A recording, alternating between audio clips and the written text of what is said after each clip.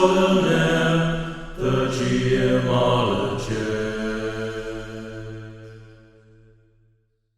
Hello, everyone, and welcome to the GMologist Presents.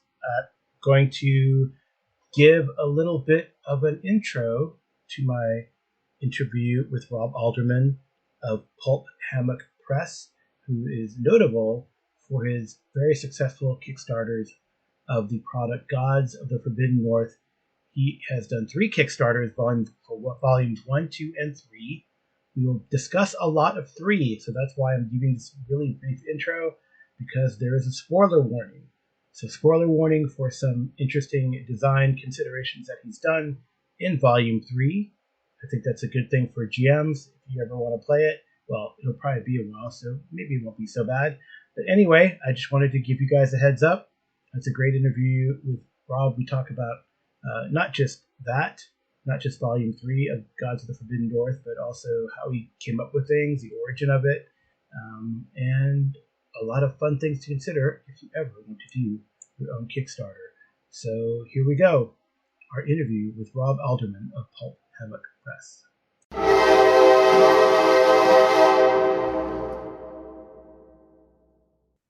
Hello, everyone, and welcome to the Geomologist Presents. Today, I have a very special guest.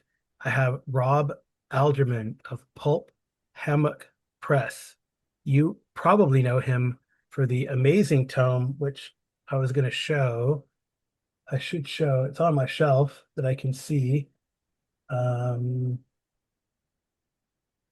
you will know him for God's. I'm off camera for a little bit. Okay. You just pass walled. He just phase Yeah, I walled. know. There we go. For Gods of the Forbidden North. This is the volume 1, and you can see it's a massive tome. And Rob is on volume 3 now, correct? Yes, sir. Finished the Kickstarter for volume 3. Volume 1 and 2 have been out for 2 and a year and 2 years, right? Or 2 years and 1 year, respectively, I think. Or what's the date? Yeah, that sounds about right. 2 and 1. Let me see. That's about right. Yeah. Yeah, and I met Rob Believe. at, is that right? Yeah, North Texas, right? Yeah, I met Rob just recently at North Texas RPG Con. That was the first time you went there, right? Yeah, 2023. So yes, 2 years, 2 years for this one, the copyright, and then I think the volume 2 just came out, the print in the last fall, right?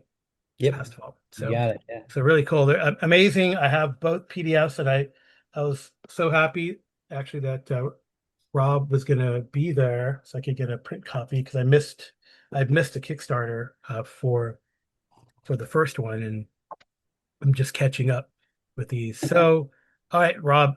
So it's for OSE. So I guess that means we got to ask you how you got into this old school. How did you get into OSR? How did you start playing these games that we love so much? I guess the OSR, I'll do that first, I guess. I got into the OSR by I guess it started with Rapanathuk is how I say it. I would say Okay, Rapanathuk. nice. Bill I heard Bill from Webb's Bill. massive creation. Yeah, it's awesome. So Did you back in get the to day, meet him? Did you? Have you yeah, met I him finally before? did. Yeah, he was Yeah, at North yeah. Texas. Yeah, that's Yeah, I cool. last year I tried to, but I didn't get a chance to. This year I actually got to talk to him twice actually, but Mhm. that was really cool because he's like my favorite, probably my favorite creator. I mean, there's other ones I really like too, but I've played and ran his modules, his products more than any other D&D product out there in the world ever. So I'm really a big Necromancer game slash Frog God game fan. Like That's great. I love their stuff and I've used it for years. Like I think like 23, 24, 25 times, something like that. Oh, It's a nice. Yeah, I love. I was just looking over the Stoneheart Valley stuff again. Wizard's yeah. Amulet, Crucible Freya. Yeah. Yeah. So just the starting point, right, for that massive Yeah. campaign. Yeah, but that was like 3.0 though, right? So did you? Yes. So Yeah. you started at 3.0, or have you run it and Well, also second edition. second? I started with the very first version of second edition with the easily cover and everything. Okay. And that's where I came into the hobby, like right around 99, 1990 and 89, Hmm. somewhere around there. Okay. Yeah. I was born in 82. So I Okay. was It You're was like young every and Sunday, Boy Scouts, right? Kids play Boy Scouts, played D&D, and we were on army bases. And oh that was wow. my dad played Hero Quest, ran it for my brother and I that same summer. And what happened was we kind of fell in love with the whole sword and fantasy thing, Hmm. and then like a year or two later, we ran into these kids at Boy Scout camp, all the cool kids at Boy Scouts, right? Like that. Yeah. Those will really go together. You don't hear those often, but you know what The cool Boy Scouts. So in our little nerd hobby or nerd niche, the cool kids were the Boy Scouts because I I guess they had survival skills, right? Maybe I don't know. Did they? You got it, man. They could tie knots. I mean, I don't know. Well, okay, so like in defense of these Boy Scouts being possibly cool, they probably weren't, but our memory, you know how it is. We Yeah. remember things better than they are. I was I was on army bases. My dad was like a SF Ranger guy, like Oh, real nice. real, as they Yeah, that's say. cool. And so like what happened was all the dads were all these rangers and stuff. So the scoutmasters weren't like civilian guys who Oh, like wow. yeah, they were guys who like ate worms and killed rabbits with their hand.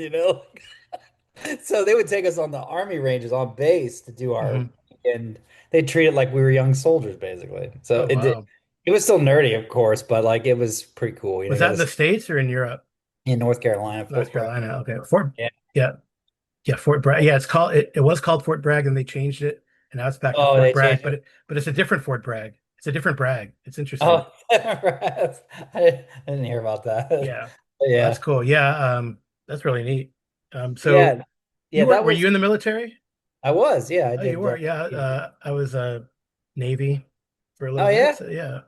So So, I was on boats in the army oh, and the Navy guys used to make fun of us all the time. They so would you're tell like us those guys in like Apocalypse Now. kind of well, so like like the World War II boats that would go right up to the beach Oh, and like Like Higgins boats and stuff. Or so the imagine like they have these things now, they're called LSVs. Well, they Yeah, I probably know. Mm, You know them? Okay, yeah. so like they're bigger, like 186 feet, Yeah, like yeah. a truck, a light vehicle. Hmm. So that's basically what I was on. There were like guys on the deckies, and then guys who were the engine guys.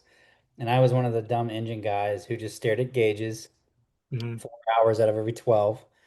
And the chief warrant officer, who was well overweight, but nobody would ever do anything to him because he could fix the entire boat But you and know put it those guys back who are really like that, especially in the Navy. together. Like I met lots of gunners mates and CPOs that were quite large. But you know what?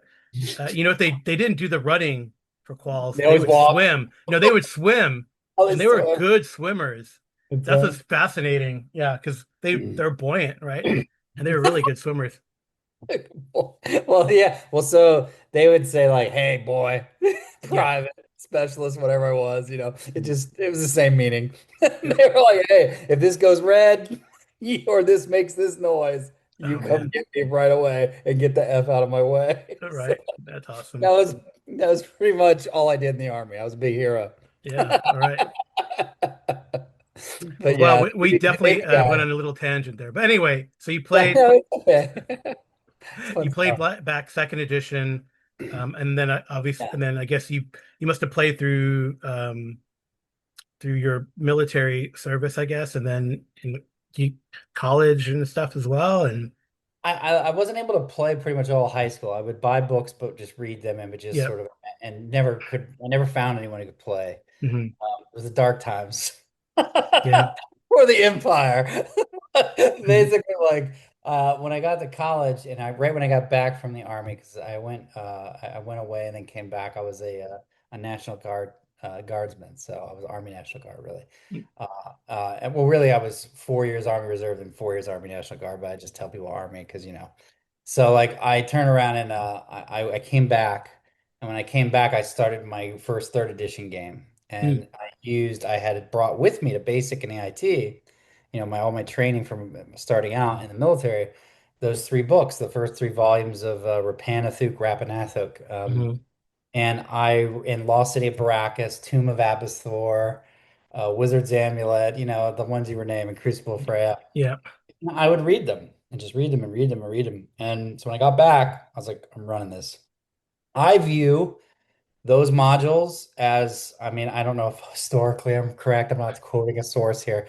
I view those as the first OSR products to my knowledge. Yeah. Um, because to me, even though they weren't OSR rule sets yet, and the OSR thing hadn't popped up, I think it's another year or two later or something. I Mhm. think that with like Osric maybe, but Yeah, I with don't know. Osric. I know, yeah.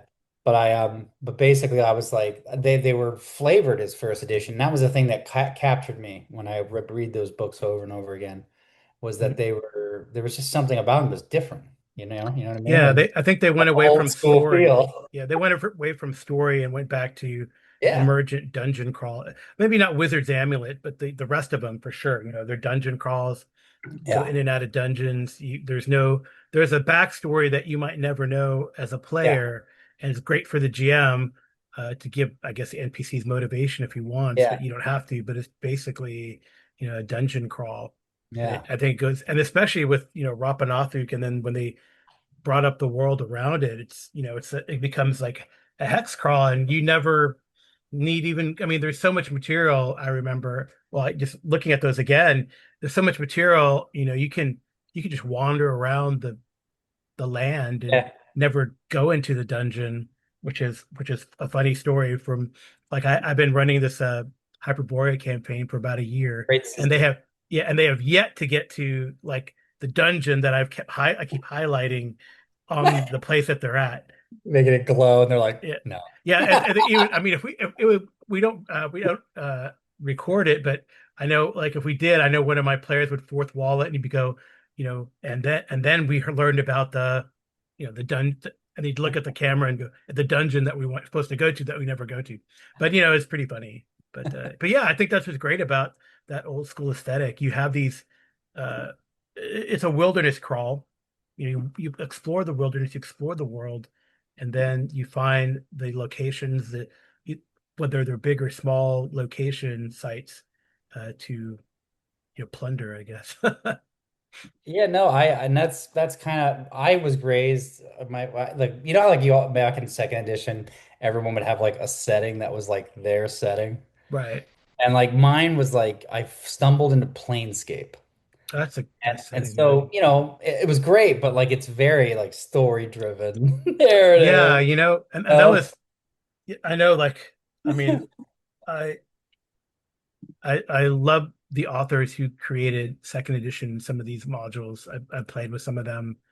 I love their stuff, but some of those, like for Dark Sun, for example, I mean, you just it's like you're in an Indiana Jones movie. You can just sit back and stuff will happen no matter what you do. Right. right. And so I wasn't used to like I guess a quote unquote old school, style of gaming. And so Hmm. when I read them, I fell in love with them. I just emailed you actually a map. I don't know if you could show it, but you could check it out either way. And it's basically when I had bought a couple of those modules, like Rapanathuk and Two of Abasthor, Wizard's Amulet, Bard's Gate. There was a couple of them. They were all sort of like possibly in the same area, but were kind of like only suggested. What I Hmm. did was I created the map I just sent you on my own, I think with like Worldographer or something. And kind of it was my interpretation of those areas all slammed together. Oh wow. Eventually I dropped other modules in there from, the Bill Webb group and basically like that's when I started running over and over again. And I kind of fleshed out and made it my own over time. But I've got this huge file of, from like third edition Pathfinder, first edition Osric, like Swords and Wizardry, 5e, like all the different versions Yeah, basically. there you go. There you guys can see. Hopefully, you see the map, you guys. But yeah, there's your map. That I Yeah. Yeah, so you can kind of see in the bottom right, Yeah, that's Rapanathuk or Rapanathuk, however you guys say it. yeah, down here. You got Bard's Gate there in the middle, and then to the Mhm. left, kind of in the center, a little bit down, is like the Fair Hill and Crucible Freya, and Wow, yeah, so like that was how I assembled them together. it's pretty close. Yeah, I thought, and then eventually they came out with the Lost Lands, but like I was like, screw that, I've already got this all set up in Roll20, like 300 pages of like dynamic lighting and tokens, like. So Mhm. like a lot of times when people come to me, they're like, "Hey Rob, you want to run a game?" They always come to me when they ask me when they ask me to play, they always want me to run. I'm Oh always yeah, I so I'm got like, it. "Yeah, well, guess what? I'm gonna run because it's already ready." That's So cool. that's why I've ran it. I mean, before the days of that, I didn't. I would run it in person, but and then it was I would choose it because I was just familiar with it, and I just knew it so well. So Hmm. that's how I got. I would say that's how I got into OSR gaming was Yeah. because. So even though I've played modern and older versions, which I have, I really liked Swords and Wizardry for a very Hmm. long time. It's sort of like my go-to, and I played that probably that and probably the Osric the most. Yeah. Those two Neat. Matt Finch systems. I'm a big Matt Finch fan. I like Yeah, his. it's great. Yeah, he's a amazing guy. I mean, he's very humble, great to talk to. Yeah, That's why I like North Texas. Yeah, so, yeah, it's small, so you can meet people, and yeah, but large enough that you never get bored. There's always something to do. yeah, That's yeah. pretty No, so cool. that's. I guess that's it. I know I've tried out other like I've been playing Shadow Dark a lot lately because that's what people are running, and a lot Mm-hmm. of times I go to conventions. That's the only time I get to play right now because I'm just Yeah. too busy. But Well, so but that's kind of it. I've played around with a lot of my own. I own most of OSR products. I read them all, and then I've been doing that for a long time, just like most people do. OSR. yeah, They buy all these different games. They only run one. nice. So, what inspired you to jump from just GM and world builder as the hobby to Gods of the Forbidden North, and you're making your own thing? Or what? I mean, Uh, yeah, well, so I mean, I've been the Eternal DM. I'm four. I just yeah. turned 43 in May, so I started playing D&D maybe when I was like somewhere in 9, 10, or 11. I don't really remember now. It's kind of hazy, Hmm. but somewhere around there, I started playing. So I've been playing a long time. I got like, and I've always been the DM, almost every time. And Yeah. so I'm a very good DM. I usually have a lot of energy. I usually most people I play with say I'm one of their best or best DMs they play with, and I would have to arm wrestle about that one. yeah, let's do 'Cause it. I do call myself the gemologist after. No, Well, maybe you're better, no, but I'm pretty good. no, I'm I pretty bet. I mean, you do good. seem to come with a lot of energy and fun, and that sometimes that's a challenge, right? But you always gotta be up. And I know there's days where I've long day at work or disappointing day, but I got that game in the evening, and I'm excited to run because it's hanging out with my friends and Yeah, getting to be creative. So yeah, I think I totally get it. To being yeah. the GM and And I've yeah. had I've had bad games. Everyone's had them, right? Like, but I think overall, like, I'm very prepared. It's because Mhm. I'm so familiar with the material because I run it over and over again. It's so big that I can start them in a different part. And it's like a totally different game. Yeah, yeah. So I've always been like the go-to guy, and I guess what happened is I was doing I'm in academia, like you were saying. I guess you Mhm. were. Yeah. Uh, I teach. I'm a professor, and I was publishing. I'm a creative writer by trade. Oh, wow. I was writing fiction, like novel writing and screenplays and poetry, and that was sort of what I did. And I Hmm. teach that. I've taught it at Penn State. I've taught at University of Delaware, University of South Florida.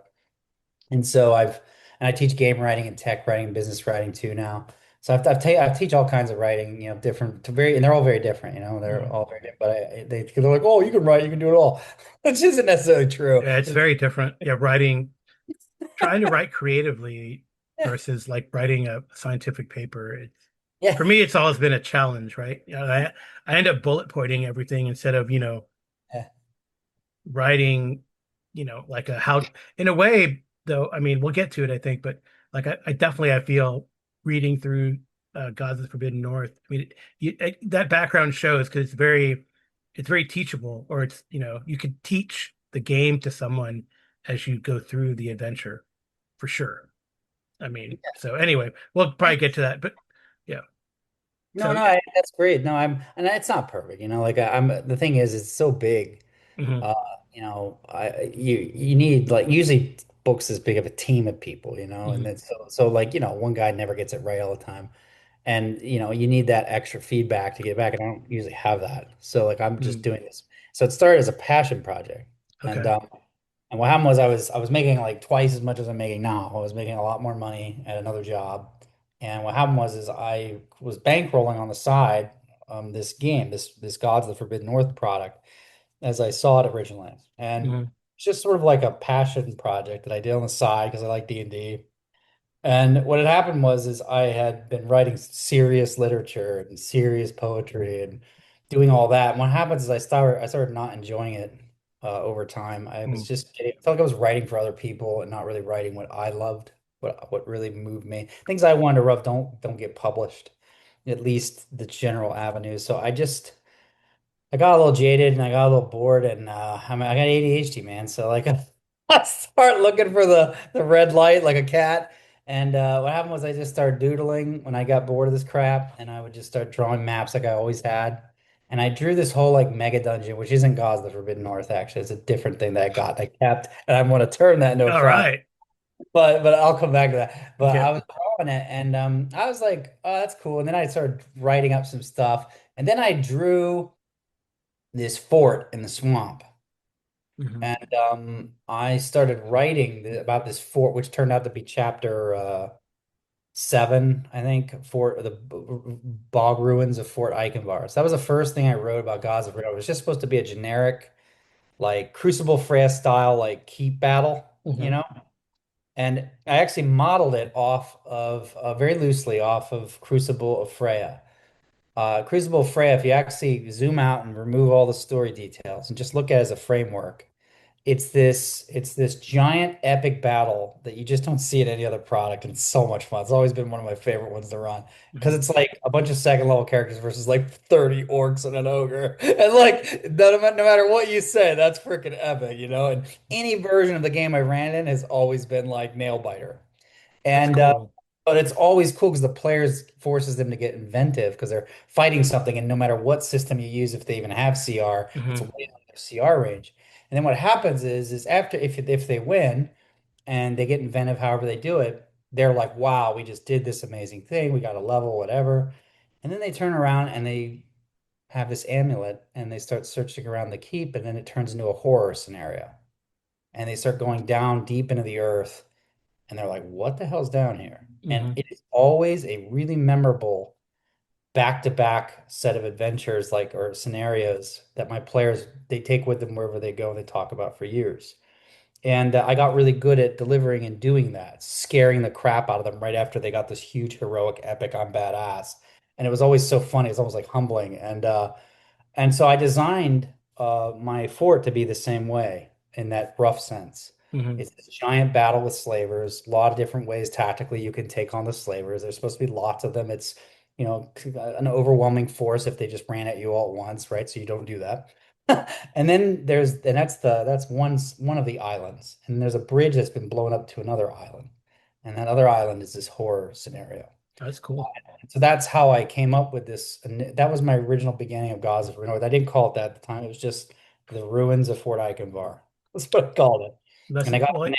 I got the name Eichenvar off this Ah. half-orc bad guy to Goodman Games product of Castle White. So I was like, Oh yeah, Fort yeah. Oh man. Metal Yeah, that's a good. coming out. Um, Yeah, Yeah, so that's cool. Yeah, yeah, I've seen yeah, Crucible of Frey. I think I like that juxtaposition because I have, there's like products like Hordes of Dragon Spear. I remember there's a dungeon scenario where you have to help a fort fight off a bunch of lizard men. yeah, I think it's in the worm the adventure path where you have to fight the sons of Caius and the sons of Caius. The worm returns or something like that. But then usually you have this fight and then you like move on, right? And that's it. That's the adventure. But yeah, so Crucible of Freya, and then I guess your chapter 7 yeah, here. Yes, it is Bog Ruins of Fort Eichenvar. So yeah. in here. So looking forward to that. That's really cool. What struck me about I mean, I'm gonna tangent you That's here, fine. but what I thought was cool, and I don't know, a couple things that even just looking at the layout. So I love that you put the experience and treasure not only in the table of contents, but even in the intro, like how, what's the projections, right? That players should get. I think that's really great to keep track. And they might not get all of that. I mean, right, it varies depending on random encounters, but that's kind of like I guess a milestone or is it? Do you feel like it's a goal or a milestone or I guess it depends. If it's a dungeon, right? That's what you kind of get. but then on the hex crawl it varies clearly. I love that. That's great. It really helps the GM prep or the DM Thanks. prep. And then I love the intro, the first adventure where you kind of make the character as you go.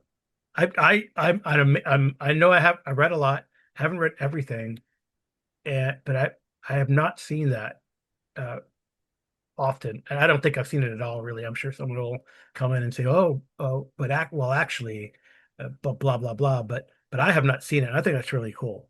How you kind of go Thanks. about doing that. So I ripped off Skyrim.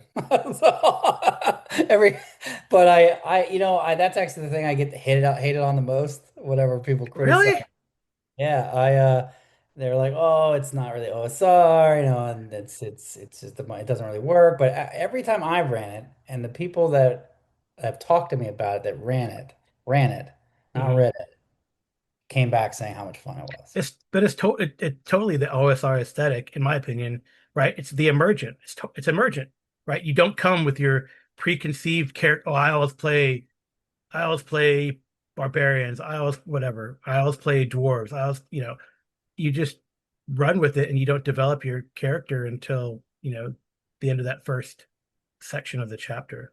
I think it's cool. Yeah, no, thanks. I appreciate that. I had fun when I ran it. I mean, my players loved it. I just like the other day I heard from a guy who said that his players were having a blast. And to me, it's like I go back again, going back to my experiences. I always feel like, and it was kind of like Wizard's Amulet inspired. It's like Mhm, I feel like having the party already together, already with a mission, really speeds things up. I know people love going in the tavern, but mhm. to me, like it's always a slow first session when you do that, and it's and you the Yeah, what if do you the want to do? I don't know. What do you want to do? Right. It's you're like, right, and where do you want to players go for dinner? I don't know. Where do you want to go for dinner? yeah, no, and when it's like you're already traveling down the road and you're about to get to the dungeon. Oh. And then you attack them right away. And Yeah, then like usually the fight gets them where they're okay, we're brothers now. yeah. And I mean, I'm sure I have things I want to go back and probably tweak it, but it works really well if you've all got a book for the rules or PDF or something. Well, Um, it's avail OSC is yeah, available. I mean, right. on your I tablet, have even on your I have tablet or whatever. Yeah, no, Yeah. I found in play testing that the only time it has problems is basically two things. One is someone shows up with their character made and they don't cooperate, like one of Mhm, those players. mhm. And two, and two is when the is and you've told them that basically you got to get their buy-in that they're going to all make their characters together and At the stay table. together. Yeah, yeah. What happens is it's not a lore dump because I spaced it out where it was like, here's a little bit of information. Now take a few minutes to do step one, and then you're all laughing, joking, eating peanuts, whatever. And then okay, guys, and then you do a little bit more, and then you do a little bit more. And what happens is when you play it that way, and everyone plays exactly like that, and it only works if everyone has a book. Hmm. Uh, because if someone doesn't have a book, they're standing there staring and drooling at themselves, and then it kind of breaks down a little bit. But Hmm. so I'd say that's my criticism is that I probably want an alternate version of it where if someone always shows up with characters or pre-gens, I would speed it up to where there's that one section where like they all stand around, they all pull the eye out and they all talk about it and gasp. Hmm. That would just be my opening and you're dropped off of Valkengard Go. I Yeah. think if I did that kind of scenario, and then it would still work. Hmm. But but I like and I think for solo play I didn't really think much about solo play when I designed it to be Mm. honest. Yeah. I've had some solo players who've talked to me now and they love the openings really great for solo play. Really, really Oh, great. for sure. Yeah. Yeah, I can see that. So, Yeah. That's a good idea. I'm trying to convince players, you know, because I have so many yeah. games, but yeah, it'd be fun to even to like to highlight it and show it. So that process would be pretty fun to do. Right. And then really you get like session 0 and session 1 all together, I Yeah. think. Well, it's like I said, you get to learn a little bit about and it explains why you don't know the world. Hmm. Hmm. Oh, Yeah. right. Yeah. So I was Although trying I to guess kill I all guess those stones, all the birds with one stone. yeah. Well, what if you want to play like a character who's native to that area, right? Well, that's where I get a little The tricky. Tlingit uh orthologs, right? Um, But it's OC, so you'll probably die, and then you can just make the native. I mean, I guess they could be on the boat. They could be on the boat too, right? I mean, it's not a Yeah, I think I had one of the pre-gens was like in Aruk who basically left for some reason at some point, but yeah, then he decides to came come back. back. Right. So he knows a little bit more than everyone else, but it's been a few years. Yeah, So that's good. Yeah, they could. I mean, someone can who's creative. Most of us yeah, are can figure yeah. out why if they really want to play that, that culture or whatever. Right. Right, cool. All right, so you started with this one adventure or site really, and worked that up, and then it expanded, or is that? No, I put it away. Yeah. And I put it in a drawer. It was like Mhm. 9 years ago, maybe almost Oh 10. wow. And I put it in a drawer and forgot about it. And I think a year or two went by. And then what happened was I was leaving my desk at one university and going to another Hmm. uh, right before summer. And I was cleaning my desk out and I found it and had forgotten about it totally. Wow. I just stared at it and I said, "Did I do that?" Like, you know what I mean? Like it was like that. And Hmm. I started reading it and I was like, wow. I was like, this is pretty good. Like, Hmm. it's just as good as anything that can be published out there. And I was like, you know what? I'm gonna start working on more of this. Oh, So nice. I had this, yeah, I started thinking about it more. I went back, revised what I had the first time, and then I started like saying, well, what's around it? And I started slowly developing, and eventually, like, I started coming up with all these ideas, and then I had to answer, like, well, because as a novelist, right, you'll answer questions that you never even put in print, like, Hmm. so like, that's what you're doing in the background, and so with your characters and such, and so like one of the things I did was I explored, like, okay, well, where does this horror monster come from, and where does this come from, and why is this, and why is that, and I started developing this sort of like a Silmarillion like backstory document. Hmm. And there were a lot of things that didn't match up right away. And I had to start smoothing them out and going back to the original few things I had and fixing them and tweaking them. And then eventually they all worked. And then I realized I had the beginnings of a setting. And I was like, wow. And then that made me turn around and want to write the last chapter of the third book. And I wrote that next.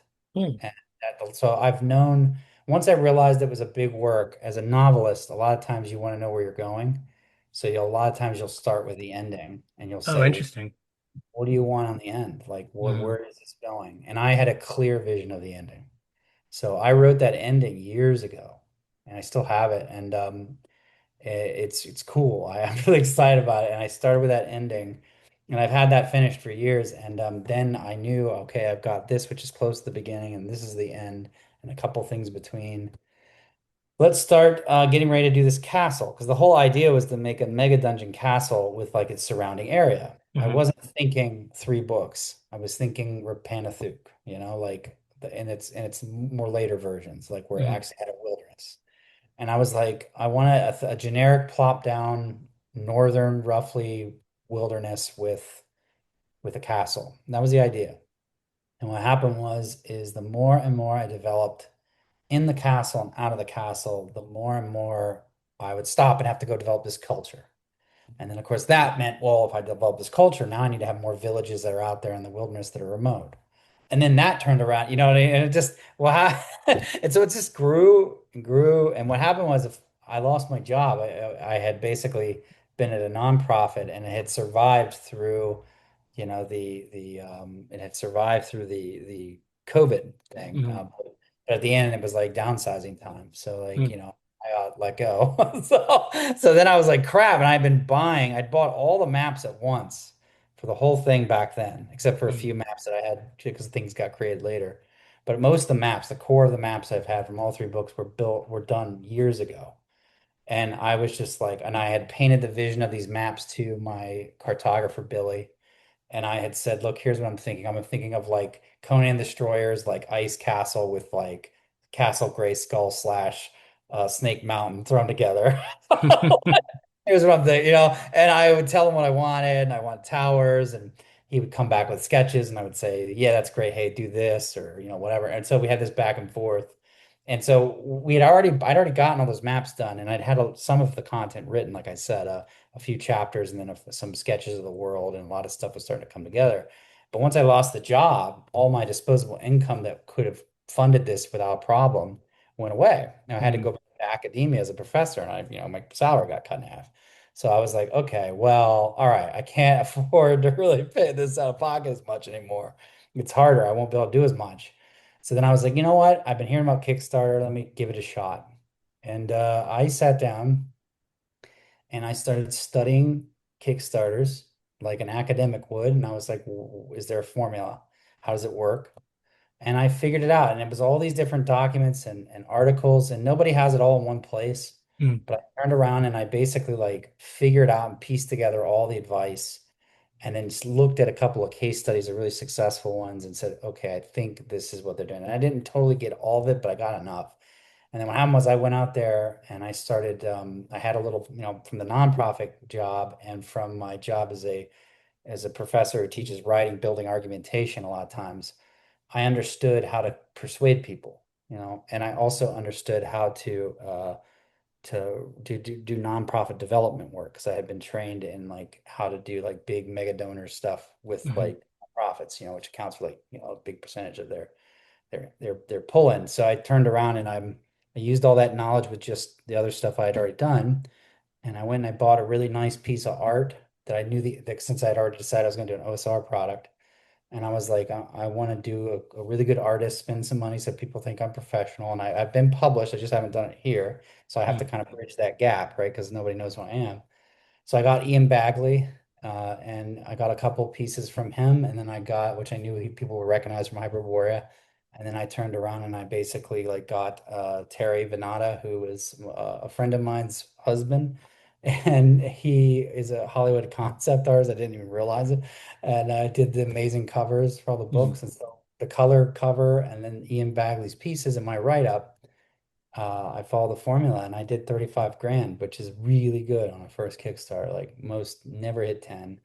A mm. big chunk of the big percentage of them just fail. That's like either 40 or 60%. I think if you get to $20,000, I think you're in like the top 10 or 15% of all Kickstarters Oh, ever. wow. Like it's actually people don't understand how hard it is. And so for me to get 35 grand, which it's funny, I was so excited about that. Like I was so blown away. I thought I'd be lucky to hit 10 and I didn't think I would succeed. And when I got 35, I was like, wow. And like I've gotten two bigger ones, much bigger ones since then, but they didn't blow me away the way I knew they would succeed. I just didn't know exactly what the number would be. Hmm. I've refined my process. And so now I've raised over $300,000 through three Kickstarters for all three. My last one was 170. The second one was like 108-ish. And like I've got a best platinum seller. Volume one is a best platinum seller on drive through, and Hmm. volume two just hit gold about a month or a month and a half ago, something like that. So Yeah. I'm doing really well. I built up a nice backing of people who seem to enjoy the work overall, and a few thousand people. So and I give them all my cell phone number. I give I'm pretty like very accessible because I'm a professor. I'm not really a businessman, so it's funny. Sometimes I'll have backers who are real businessmen. They'll come along and slap me upside the head and tell me I'm doing this wrong, I'm doing that wrong, and I'm like, yeah, you're right, because I don't know what I'm doing. Like I'm wearing all these hats, and I'm Yeah. pretty good at it. But there's some things that's my probably my weakest area is business. But I've figured out at least how to raise money and keep going forward and not fail. So Yeah. There you go. but right now I'm not even really concerned about making money. I just want to make enough to make it the way I want it. And that's it. That's really I want to finish the three books, do it right, and Hmm. just make it a product where people are like, wow, that's a really great book. Like I can't wait to run it. Yeah. That's That's awesome. Yeah. So kind let's of talk about the third book. And I yeah, think sure. that kind of leads into kind of a topic, right? Because the third book is the castle, right? Is Yeah. the castle that you hint at in the first book, Yeah. um, Thargannon. So it's like Castle Clarganon. Yeah. Castle Thargannon. So in fact, it's a mega dungeon. Yeah. Yeah. If depending on who you're talking to, I guess. But Yeah. yeah. Yeah. Yeah. There's 733 rooms right now in the draft. Oh, geez. So it's Yeah. big. Yeah, it's big. Some people would say that's not a mega dungeon, so whatever. But I think that's a mega dungeon. So Yeah. yeah, Yeah. and that doesn't include the caves and stuff underneath it that I'm not counting as the castle. Mm, There's another like 400-ish rooms, if you want to call it that, encounter areas in the Cyclopean city, the Lost City, ruined city, cave that's underground, that kind of thing yeah. from like shit. There's that. I mean, and then there's the final chapter, which is in the Tesseract of Time, which is Yeah. where the big ending is. So the one I wrote years ago, but Mm. which is crazy because I'm about to sit down and start revising that for the Yeah. first See how. if it jives with the rest, right? See if it It fits does. in. Last time I read it, it was really cool. It was That's good. Yeah. working. There were a couple things I wanted to change, but Yeah. not. But yeah, it's that's what I've been doing every day. I wake up about 4 a.m. Hmm. Usually working by 5. That's usually when the coffee shop's open. And I've been pumping out about 3 to 4 thousand words a day, unless I Okay. get interrupted. So Mhm. and by other stuff or I gotta go do this for half the day or whatever. Go to the Right. beach, Mhm. really, really important stuff. Let me tell you. Yeah. So But for us novices, what is 3,000 to 4,000 words a day? What is it? How many like quote that's unquote a lot. pages? That's a How many lot. pages would that be? Well, if you're using MLA formatting, like Yeah. double space times New Roman 12 point, Hmm. about 275 words is a page on average. Okay. So about 10 So, pages you crank out? that's 10 to 12. Yeah. let's say 3,500 divided by 275. So yeah, 12, 13-ish, yeah, Yeah. something like Okay. Well. that. That's pretty good. I think like Stephen King does like 1,500. So I think if I read that right. But I Hmm. pump out a lot. I think it's probably because it's a game. Yeah. Some things are easier about that, and some things are not. Hmm. But yeah, I think that I'm doing a lot of work every day and pumping it out. It's hard. On one hand, it's easier now. It's also harder. It's easier because I've gotten, now that I've done this twice, first book was 480 pages, second one was like 530. Like now it's like, oh yeah, I got this. Like I know exactly what's required. I know approximately how much work. I know what's going to happen at each phase because I've done it Yep. twice. Hmm. So in that sense, it's a nice, well-oiled machine in terms of pumping out stuff. On the other Yep. hand, I get a lot more emails. I get a lot more stuff I have to do. And Hmm. so there's more things pulling me, so it ends up balancing out, I think. So you almost have to get better because or else you'll slow down. Yep. So, but yeah, Well. that's what I'm experiencing right now and I'm at that crisis point almost. I don't want to call it crisis, but I kind of reached that this last couple of months. I was trying to fulfill volume, but this is my fault. And this is Mm. again, I'm learning as I go. I was trying to fulfill volume 2 while launching volume 3 and Mhm. starting my semester up with 2 new preps that I'd never taught before. And I was like, oh my gosh, I was like, woo! It was a wild, wild semester. Let's just put it that Mhm. way. Yeah. I have been burned out, but like I can't stop because I got too much to do. So I'm just kind of trugging through it and trying to rest when I can and go. And but I'm at that point in my career is demanding a lot of time from me, and I have to still do it because I don't actually make enough yet, profit wise, Hmm. to be able to just stop and just do this full time. Because then I get so much more done, right? Yeah. But that's where I'm at right now. So I feel like I'm being pulled into like half. So it's Hmm. tricky. It's really tricky to go to deal with that. So I think after the third book's done, I'm going to take a break. And the way I'm going to take a break is by doing a conversion of the entire book, because to me, that'll be easy. Yeah. Creating it, like it's just like, oh, I'm just going to go back and reread it all over again from page 1 to page 1500. And I'll Hmm. start making notes about things I want to like tweak and it'll be like, Hmm. compared to what I've been doing, it'll be a lot more. And I'm not going to do anything like Kickstarter wise till it's done. Like, so I'm gonna basically spend like a year not doing anything, working on that. Hmm. That'll be me resting with no deadline over me. Right. And the book gets out there, and then probably then I'll come back and say, okay, here's my conversion. I'm gonna launch it and it's basically ready to fulfill. Hmm. And it's basically a pre-order and that kind of thing. Because I'll probably take all the profit from the sales of volume 3 and 1 and 2 because it bumps those two up when the next one comes out. And I'll probably take that and use that to buy everything. So it'll just be more like a pre-order of how many do I need for the Right. Hmm. and uh, and then basically like that'll be very easy. And then I fulfill it. It's over. It's a 3, 4, or 5 month tops like process. Everyone's happy.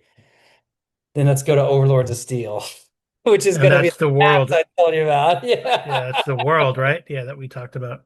Yeah, Yeah. that's cool. So what do you think you know what you want to convert it to, or are you just still studying that out to see? I'll be honest, I don't if you asked me that yesterday and then asked me the day before, I'd give you different answers. Yeah. Because I think right now, and I'm not. I don't view me as like an insider, even though I'm a publisher. I have my head down writing. Hmm. I don't pay attention to anything going on Yeah, in the yeah. world. Like someone was like, "Hey, did you hear about Iran?" I'm like, "No." Oh You know, no. Yeah.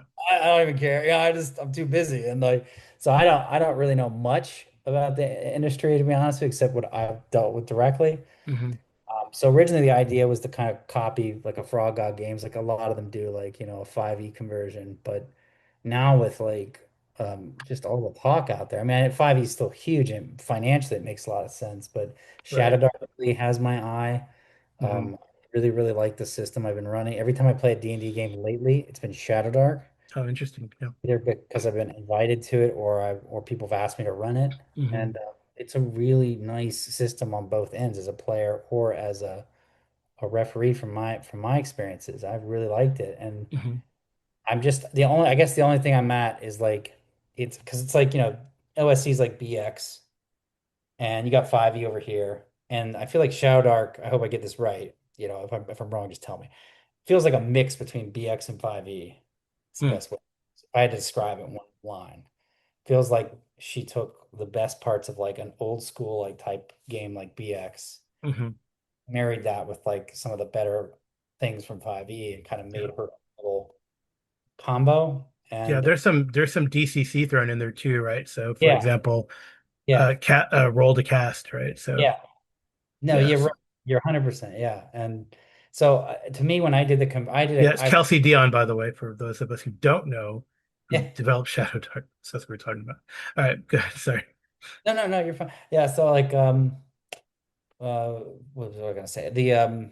When I did the conversion, I've ran recently, I've been running like chapters of my book at conventions, and I Hmm. use Shadow because that's like the hot thing. Everyone wants that, and it's pretty easy. But I felt there was enough of a conversion when I did it that it might actually warrant a conversion. And so Hmm. then I was like, originally I had this idea of like, well, if what I said is roughly true, BX, Shadow Dart 5e, maybe it makes sense to do a Shadow Dart conversion and then a 5e one, almost like a bridge, Hmm. and then, there you go, right? And then, but then another part of me was like, what if I do this? I actually had this thought at North Texas. I was like, what if I do one that just has all of it together? Like it's just sort of an omnibus edition with all three logos on it. Huh. And I it don't know just how. has all the stuff right there. And I come up with some kind of clever layout trick to where it doesn't clog things up. And I said, that sounds like an idea. I've seen other people do that with like two systems. Yeah. And maybe I don't even have to do OSC because I've already done it right by that point. Maybe I just have to do like Shadow Arc and 5e together. And then I'd have a simple Kickstarter where it's like, if you want one or the other, you just ask. And then I see which one's popular. And then I go, Yeah. oh, that's the one I need to do, like that kind of Yeah. thing. Yeah. But Hmm. yeah, so I don't know. I mean, I think at the end of the day, 5e is still huge and just blows everything out of the water. And the joke is, and the one thing I will say about the industry, the joke is like you do a 5e conversion of one of your books, and that pays for your next five OSR projects. Oh wow. Yeah. And I can say that all the money I've quote unquote made, Hmm. I haven't really made anything. Like it's all gone back into the Back into the product. product. Yep. Yeah, Yeah. and the profit margin, like I could have made decent amount of money actually if I had both known what was going on and understood it and had done a lot more work myself. Like if I learned my own affinity slash InDesign, if I only used one or two or three artists and got them to do a bulk deal where they are paying less, I'm paying them less per piece, but they're getting more overall. Hmm. That actually there's like little tricks you can do to save a lot of money. But Oh, I didn't figure those out until it was too late. the third. Yeah. And now I'm stuck Oh because right. Because you're in the deals and production stuff. value, right? It's the same. I have to keep it the same. So like I'm just like, okay, all right, fine, whatever. So I'll just blow all this money on art. That's fine. No one can complain. So, but That's but funny. so that's kind of the idea. Is both a recharge and a way to like actually make a buck will be these conversions or conversion. Yeah. And I also want to do a VTT because I think that is the way Okay. to actually get a lot of people playing your book. Yeah. I will be converting. I mean, I'll be DIYing it to Roll20. That's usually what I do. It's just Yeah. that's what I'm familiar with. So, but Like if some you of the plug and play like Foundry or you know and and Fantasy Grounds, right? So those are like, although some people also comment that those are kind of more like video games. I don't know, but yeah, I like a good balance between theater of the mind and Yeah. let's give us a relative idea of what's going on so people can have at least some spatial reference and then imagine. I think that's usually what's kind of cool. All right, so I wanted to get back to the mega dungeon now that we've Sure. Yeah. gotten Yeah. your. Yeah. All right, so I guess it makes sense because you kind of cut your chops on Rappanathic, right? So how, and since you've run it multiple times, how then, um, assuming you're the expert, how do you successfully? Yeah, sure. How you can use air quotes, but I mean you've run Rappanathic multiple times. You've created this vast dungeon. So how do you successfully run a mega dungeon based campaign, right? So do you have to, all right, so I guess the first, and I'll ask another question. So to get to Tharganon, do you have to run book one and book two first? Well, I mean, theoretically, you could pluck it out and drop it in. I mean, Okay.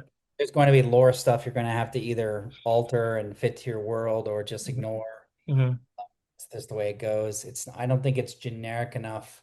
Like, I'll say this of like Rapanathuk, like, there's not a big meta story going on in the background. It's like there's evil cultists Yeah. and they're evil. Doesn't even really say much about how they're evil, just they're bad.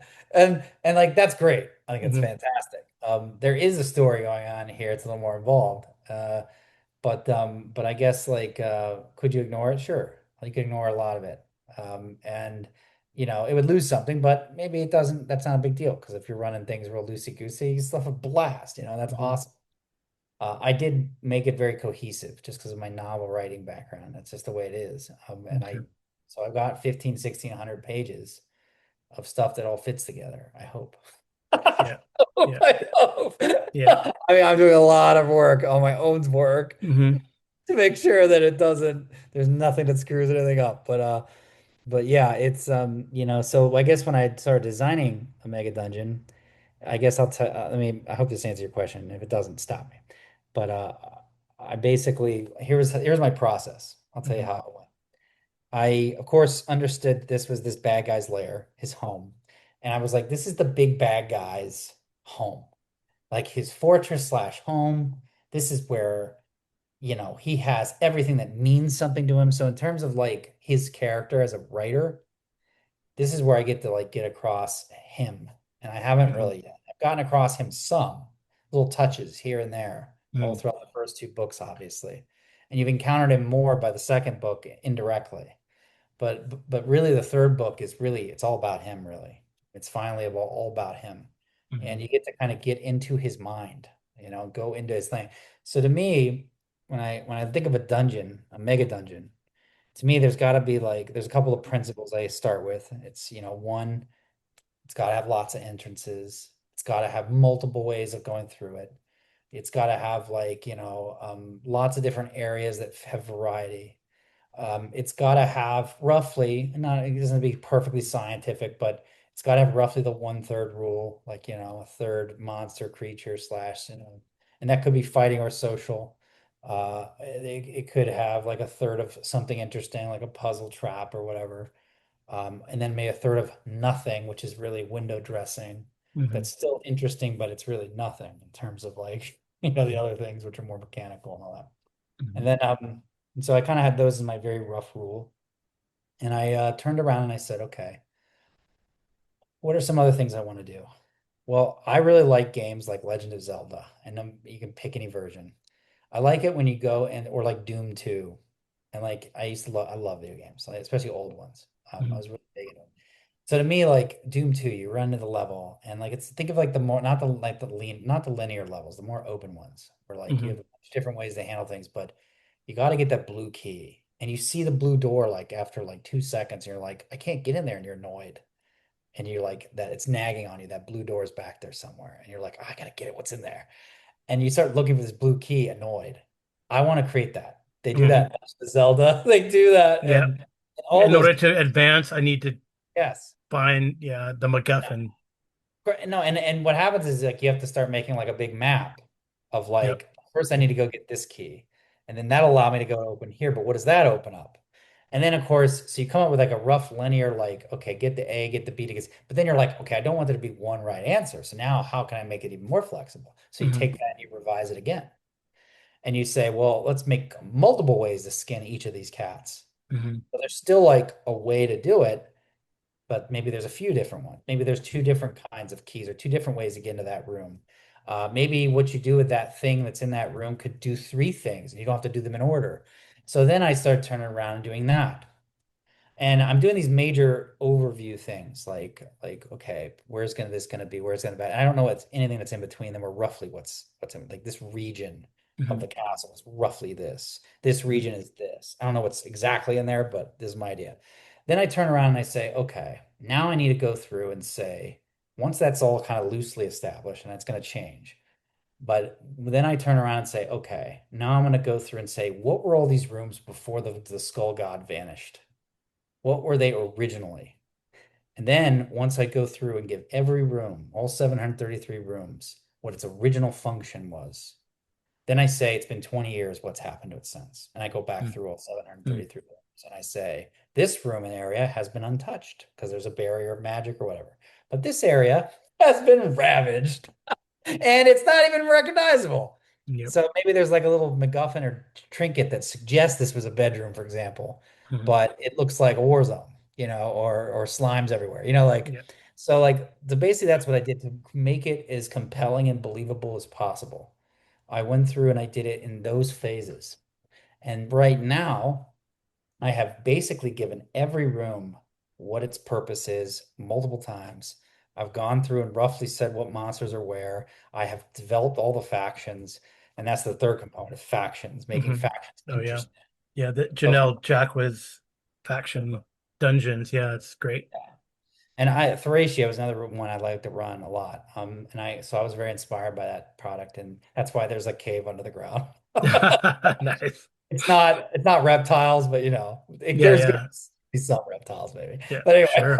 maybe That's fun neat. guy, Well, fun guy, like that's okay. always a cool thing about the Mold Bay before the Lost City, right? It just gives you the double pyramid and actually only gives you the top parts, and then the bottom parts are like outlined, and the city, I mean, is completely blank. Although the OAR product kind of fleshed it out, but I think it's great to have all that together, right? Or I mean, and all this, obviously, all this stuff is malleable to a creative GM, how Yeah, things go. It just, you want playability. I think you want player agency as well. If they want to brute right, force their way through it, sure, but there right, might be consequences, right? right. So And so when I was my major four factions, there's more than that, but mhm. there's minor ones. I kind of view them as major minor. That's Is cool. I like that. I have the Arctic giants. I call them the Trow, Myth the Fallen Lords. This is where Mhm. Trow is a word that's not something they can IP, but like I definitely was inspired by them. And my giants walk up and kick people and they explode just like Myth. Mhm. No, totally. That's where I got everything's inspired by something. That's fun. Nice. Well, Uh, sure. yeah, and these giants, the Trow, are basically in the castle, and they're searching for this thing that's in Volume 2. Actually, it's Mhm. not in the castle; it's below it. It's in the underworld because Volume Yeah. 1 is the surface and the wilderness. Volume 2 is the underworld, and then Volume 3 is just that one hex with everything down, the castle and everything underneath it, and they all kind of connect up in different places, right? And so what happens is there's this group of Trow that are trying to find something called the Skull of Garstag.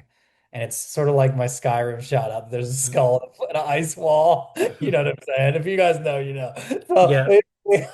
I wanted the skull of Garstag to be like this Trow champion needs it because he's going to learn from this warlord's ghost that he's Hmm. going to summon with it how to fight and kill Stalin Vladimir, who's the ruler of the Black City of Morgothar in Volume 2, and he stopped obeying the Arctic Trow kings. Hmm. And so there's actually internal warfare between the Trow themselves.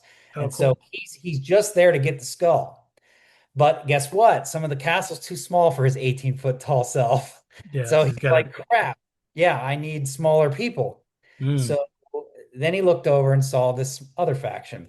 And the other faction was led by a guy called Bowmans, who again is a little bit of a Glenn Cook shot. Hmm. A little bit. So Bowman's turns around and he's a Draugr Doomlord. Hmm. And basically, like he's been resurrected from Volume One. You find out about him in Late to the Barrel of Eight, and you think he's a minor character, but Hmm. actually, he showed up to Castle Tharganon, took over half of the undead that are still there, and has turned them and called them the Tiger Knock Renegades. Hmm. And so he's like, I'm the Skull God now, and he takes over the throne and the main tower, and he's fighting the Lingering, and the Lingering are the other undead who are still loyal to Balor. And so what's happened is those two undead are fighting it off, and they have areas. And so what happens is the way I've envisioned it is that Bowman's is the harder guy to deal with. You can deal with him, but he's like, okay, if you go do X for me, basically go get the thing that the trial wants me to get, and I'm going to take credit for it. Right. So they don't splash me. You're going to go and do that, and in exchange, I'll let you pass through my territory for like once a day, and I will move you straight to the other side, drop you off safely. If you come back, we kill you. Mm. He's a badass, you know. He's like he's got to be tough. He's trying to assert himself. Then the other guys, the Lingering, I wanted to do Planescape Torment, where there's like an undead city where you get to walk around and buy from the zombie merchant. So Yeah, it's they're kind of fun. actually, yeah, they're way easier to deal with. They're like you can make a deal with them, and they're just like, help us get rid of this usurper, and we're all like, eh. And so there's going to be like almost like a city of the dead that you can just go into if you play your cards right. Yeah. Even if you're a lawful cleric, I'm designing it so there's no like you're able to get in some way, one way or the other, if you want. Hmm. Um, and then there's a fourth faction. That's the two-headed dragon, Gleeok, Hmm. and he's looking for his horde. He served Balor, and Balor stole his horde from him, the Skull God, and put it in one of his vaults, and he can't get to it because he's too big. But what happens is he's been sired by a demon, one of the Tarngrak, Amarok. So Hmm. Gleeok is Amarok's son. And so that's why he's Uber Dragon. He's not a regular dragon. He's two-headed and he's badass. Sort of like a Demigorgon Hmm. like dragon. So he scares the crap out of the Trow even. He can kill them, although they all together might be able to take him. But he never comes out and does that because he's smart. So what happens is he used to serve Balor, and so the Lingering kind of obviously are still loyal to Balor, so they kind of do what he says, even though he doesn't really care about Balor. He just doesn't tell them that. Yeah. He just wants his treasure and he wants to bail. But he it makes it seem like that. So there's all this like dynamic where you can get them to play against each other, and there's all these different relationships. And then there's Dolven Watch, which is like a guild of high-level adventurers that have staked out some hidden caves that were Mm. used as a sally port by the Skull God that everyone's forgotten about or didn't know about. And so that's a place that you can go to, and the two guys, the two adventurers that found it, kind of like a Hamlet shout out, you know what I'm saying? Hmm. Like those two guys have connections to some of the adventurers, like Soliana from the first volume, and they were all part of the same group. And Taff and Larry, the guy who saw the barrow where Bowman's burst out, he was part of that group. So there's all these NPCs you found out. It's all coming together, is what I'm trying to Yeah, say. that's So great. the idea is like, how many different ways could you play this castle? And even if you're not high enough level, because I'm trying to design it with high level in mind, the whole thing. I want it to be a 9+ castle theoretically. Wow. Okay. But I also want it where a low level part could go there theoretically and survive if they're smart because it's not all meant to be combat. I don't want it to be a big hack and slash either. Hmm. So I feel like right now I'm accomplishing it. I feel very, very Great. happy about what it is. I'm very pleased with what I'm producing. I'm Hmm. reading it going, this is going to be so awesome. This is like what you always wanted. That's nice. That's It sounds really fantastic. Yeah. thanks. I did back the Kickstarter at the PDF level, Oh so yeah, yeah. thanks. So I'm looking forward to it. So I think I think you sent some extra. I thought you had some extra things that you sent The for the VIP. first two volumes because we backed it anyway, which was really cool. So I appreciate that. So Yeah. yeah, so looking forward to that, and then eventually, getting as I save my ducats to get the hard copies because they're always fun to read through.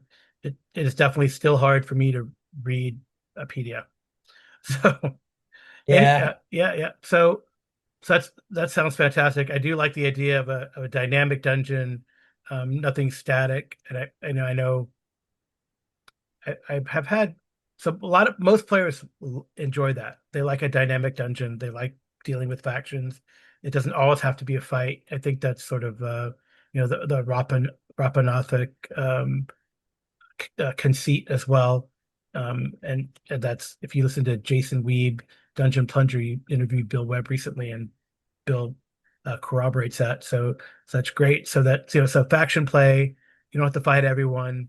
You got to be smart about it. Not and also I'm sure, like you said, the third of it's gonna be puzzles and traps. So you got to watch your step, which is great. So it does seem like there's like multiple playability, which is also great because you're not going to solve the problem at the same time. And then there's places, as you described, to you have to go. You don't have to trudge back to the main city. I guess at that level you'll be teleporting too, but you don't have to trudge back to the main city, and there's places to like camp out and stay there, make some, kind of carve out your own little niche in the Yeah. mega dungeon. So I think that sounds fantastic. I hopefully I'll remember to put at the a little intro at the beginning of this. Spoilers ahead, beware, right? So type of thing. Because you did we gave some spoilers to the adventure, but that's kind of why we do these things. That's awesome. All right, so I guess the last question, if you want to, maybe, you know 5 or so minutes, maybe less. The project after the conversion sounds pretty fascinating, where you're kind of developing your world book, correct? Is that? Yeah, so it's kind of I guess to give the short version, Yeah. it keeps going back and forth between either being more of a setting slash rule book, like the way Dolmenwood was, or like a can't like a Arcana Evolved, like this is for the same system, but here's some new classes and races. Okay. That was one idea I had with it. The other Mm, idea is I just do another big adventure book of another part of the world, like, okay. but this time not three, just one. Just one. Yeah. And then what I would do is just going forward, do one a year. Okay. Um, and just eventually I would have like kind of like the Elder Scrolls thing where I've developed every continent Yeah. and they from the beginning were meant to be connected. Hmm. That was my so Overlords of Steel was the idea was that this actually takes place in the ravages of the Red Death, Hmm. and that's down in the old Imperial lands that have, of Yeah. course, basically devastated civil wars. And it's turned almost into like Dark Sun, where like there's Mm, all these city states with evil dudes, the Overlords of Steel, yeah. Cosmic Steel, which Cosmic Steel appears in volume 2. Oh, Uh, um, so the Cosmic Steel, that's actually in the Overlords of Steel. That's where it came from. And basically, the idea would be it's sort of like a Mad Max slash Dark Sun kind of, everything's gone to hell and there's no yeah. central, and it's much more dangerous than the North in the Yeah. Sounds sense of great. marauders and Yeah. such. Great. But yeah, that was sort of the idea. So I haven't decided on that. Yeah. I'm in the interview. She's good. What's up? What's up? That's my wife, Amy. She plays a lot Hi, too. Amy. That's cool. Yeah. Yeah. So yeah, I guess my dog Atlas wanted to come back here. He likes to come back and hang out. Oh yeah. Yeah. So What kind of dog? as a Lusky, it's a Husky Malamute mix. Oh, cool. Heterochromatic. He has a brown eye and a blue eye. Uh, So he love he no, he doesn't really love. He doesn't like the heat. So he we let you got to let him out because they like to wander around and smell the the area, get some water because we have like a water fountain for them outside. But then I just leave him out there about 10 minutes or so at a time because he shed all his like winter coat, his hair yeah. everywhere, but it's still hot for the husky. They like the cold, Where you live? Do you in San mind? Antonio, Texas. You're in Texas. Okay, Yep, gotcha. I wasn't sure. yep, yep, yep. I'm in Florida right now, so Oh, I nice. hot. Yeah. Yeah, I'm down in Tampa during the fall or excuse me, the summer and the winter when I'm out of teaching. So and then I go Oh, back okay. to Delaware Oh, for neat. so usually we're here about 3, 4 months a year. So Oh, I've been here for a couple weeks. I'll be here till the end of August, oh, and it that's is cool. wonderful. I've been working on my tan. The Texas, North Texas RVG was like my let's get used to this hot weather. Yeah, it's pretty warm. It's It pretty was. warm. The first day it was okay. Yep. Second day I went out to get something at that truck and I was like, oh, there it is. Yep. That's Texas. Well, that's great. So, yeah. So, unless you have any questions for me, Rob, I mean, it's been great to converse with you, talk to you, hear about the Kickstarter process. That's pretty fascinating. And then to hear about your creative process and then discuss a little bit about how to make a mega dungeon work. and I'm looking forward to seeing how Volume 3 develops and continue to dive into Volumes 1 and 2. And my goal is to get them to the table, uh, and highlight them on our Geomologist Presents YouTube channel. So That'd be awesome, man. Thank yeah, you it'd be for great. having me on here. Yeah, thanks for a great conversation at North Texas. Hope to see you there or at any other conventions you might be going to So this right year. now, I'm scheduled to go to EggCon for Ernie Gary Gygax and put on by Heidi Gygax, I think. Okay. I'm supposed to go there, not as a That's vendor, just is kind that of in like, Wisconsin? Is that yeah, up at Lake Geneva. okay? And that one looked really cool. There's a lot of actually cool people going there, though. Okay, cool. I'm excited about it. And then the second one I'm When is going, that? I don't, that is at the end of July. okay. I think it's the week before the big one, whatever, the Gen Con or whatever. I don't know. Or late. Oh yeah, Gen Con is in early August. Yeah. Yeah, yeah. I think it's like a week or two before that. But Okay.